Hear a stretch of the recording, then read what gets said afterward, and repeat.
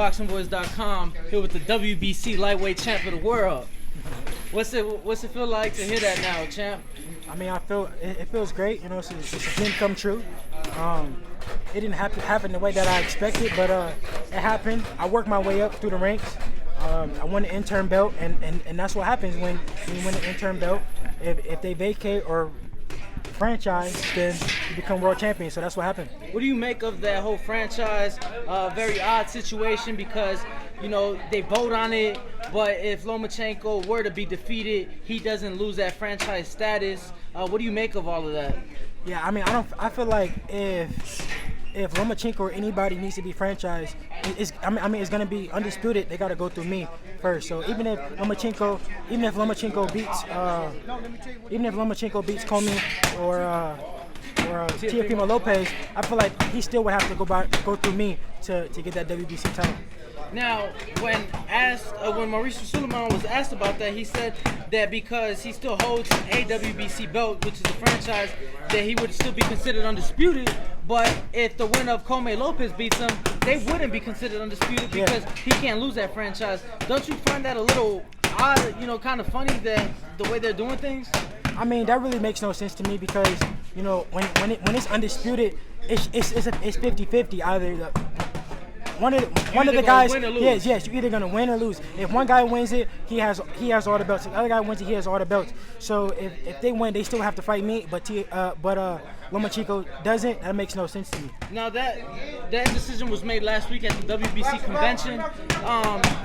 We were down in Cancun. We spoke to Mauricio. He really said that, you know, it was because of Lomachenko's accomplishments. Yet, you know, he's only represented the WBC in one fight, while you've been representing them for years through the youth title, international title. Do you really feel that he even deserved that? I mean, how many accomplishments can you have in 14 professional fights? You know, they're bringing up gold medals and things like that, but we're in the professional ranks. Do you really feel like his accomplishments deserve him, you know, this status? I mean, honestly, I feel like Lomachenko, they should have mandated to fight after he fought Teofimo Lopez and Richard Comey. That they should have mandated to fight with me and Lomachenko, and that should have been it. You know, so either I was gonna win all the belts or he was gonna win all the belts. It shouldn't have been no in between. Now, while at the WBC convention, Carl Moretti, you know, VP for Top Rank, informed us that they actually requested that franchise status. What do you make of that? A lot of people in the boxing media almost see that as a duck. Like, why would you request it?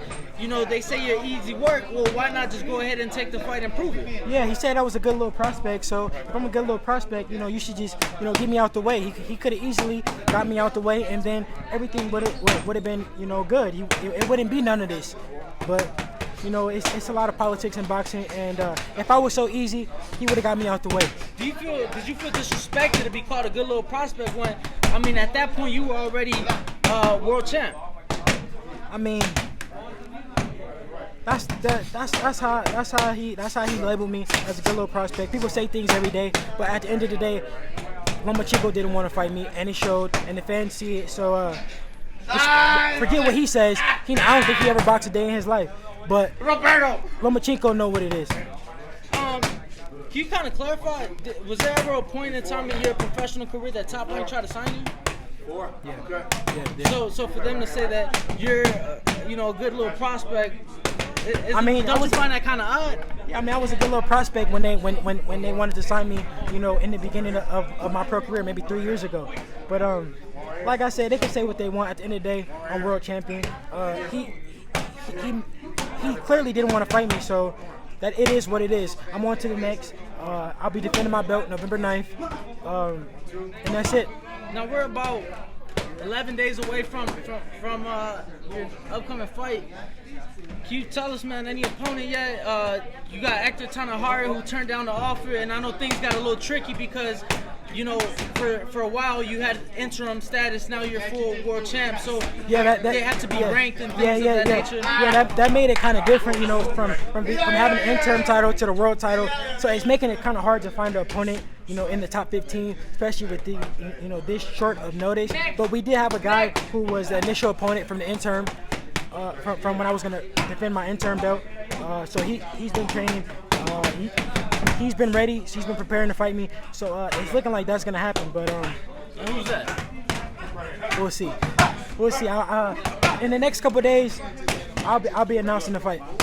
Now, for you to not have an opponent a week and a half out, obviously you know things that we don't. But I mean, you just got some phenomenal sparring in, look great. What keeps you motivated, at such a short notice, but no opponent? What keeps you pushing and still training 100%? I mean, because at the end of the day, I knew that I was fighting. I knew that this was my date, so I've always been, mentally prepared for November 9th. And it doesn't matter who I fight at the end of the day. Whoever get in there, I'm able to adjust, no matter how short of notice. I'm having a great training camp. I'm preparing for any possible style, and November 9th I'll be ready for whoever they put in the ring with me. What can the fans expect? I mean, your first title defense will come what?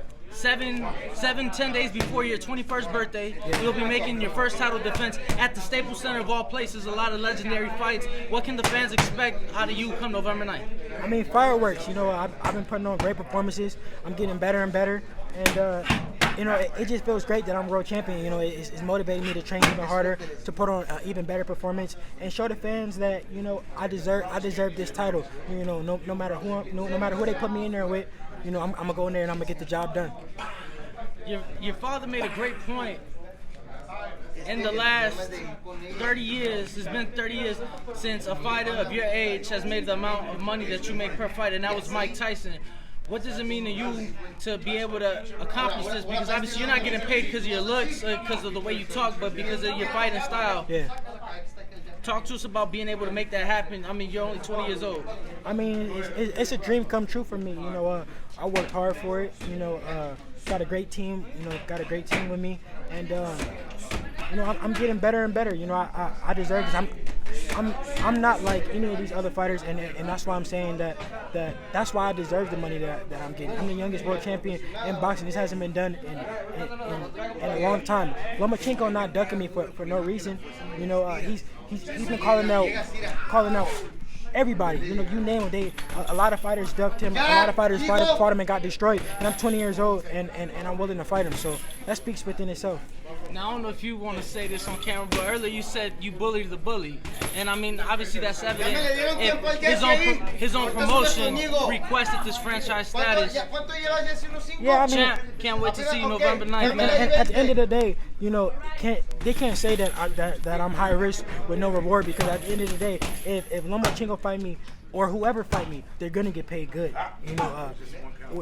My team is offering some of the highest paydays in boxing to fight me. So if Lomachenko says that it's no reward, it makes no sense. He would get paid more for fighting me than he will get for Teofimo Lopez or Richard Comey. Not just a bigger payday, but a bigger name as well. It really doesn't make sense. Exactly. But champ, keep doing what you're doing. Congratulations, you are now world champ, and appreciate your time, champ. Thank you.